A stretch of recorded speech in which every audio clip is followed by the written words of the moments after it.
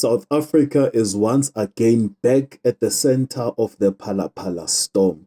Now, President Cyril Ramaphosa has now denied having any involvement in the explosive IPID report allegations, saying clearly that he had nothing to do with it and that the matter must be allowed to go through the proper processes.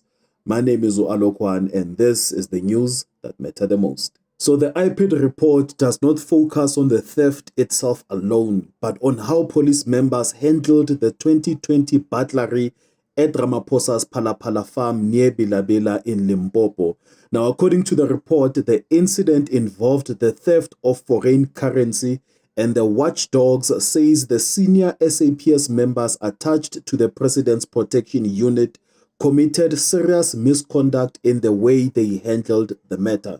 And also, IPID says that the head of the Presidential Protection Unit, Major General Welly Rude, failed to properly register a case of housebreaking and theft after being informed by the incident by the President. Now, the report says that he also failed to report the matter to the National Police Commissioner, which IPID says it breached SAPS legal and disciplinary rules. And this report goes further, saying police member carried out an unauthorized off-the-books investigation that allegedly include the unlawful apprehension and interrogation of suspects, the use of police vehicles, travel budgets and other state resources, and even the falsification of official documents to hide the real purpose of the trip. And the scandal has always been politically explosive because the matter first became public in 2022 after former State Security Agency boss Arthur Fraser laid criminal charges against Ramaphosa,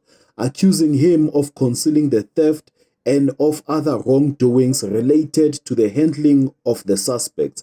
Now, since then, the issue has triggered investigations by different institutions and deepened the political fight around accountability at the highest level.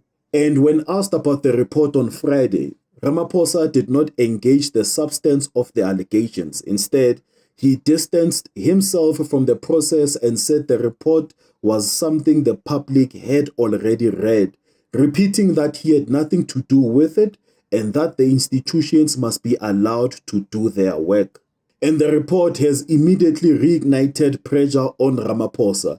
The African Transformation Movement has called for impeachment proceedings under Section 89, arguing that the findings show abuse of state power and serious failures in governance. And also Action SA, which pushed for the report's release, says the findings point to a serious accountability failure and wants Parliament to investigate why was there no action taken sooner. And the report itself had reportedly been classified as top secret before being declassified last month and only made public now. And there's also a contradiction in the public narrative because in September last year, Acting Police Minister Firoz Kachaila told Parliament that Rude had since been cleared of the allegations, even though IPID's findings now recommend disciplinary actions. So the big question now is not only what happened at Phala Phala, but why the handling of the case became so secretive, and who authorized what, and whether the system protected powerful people instead of following the law. Ramaphosa says he had nothing to do with it, but this report has kept the Phala Phala fire burning. And politically, this is far from over. What are your thoughts?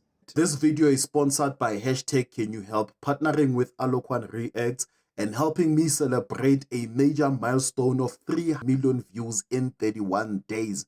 So we'll be helping small businesses to advertise on my social platform for as little as 50 rands. So if you have a business, a service, or something you want South Africans to see, this is the right time to get in.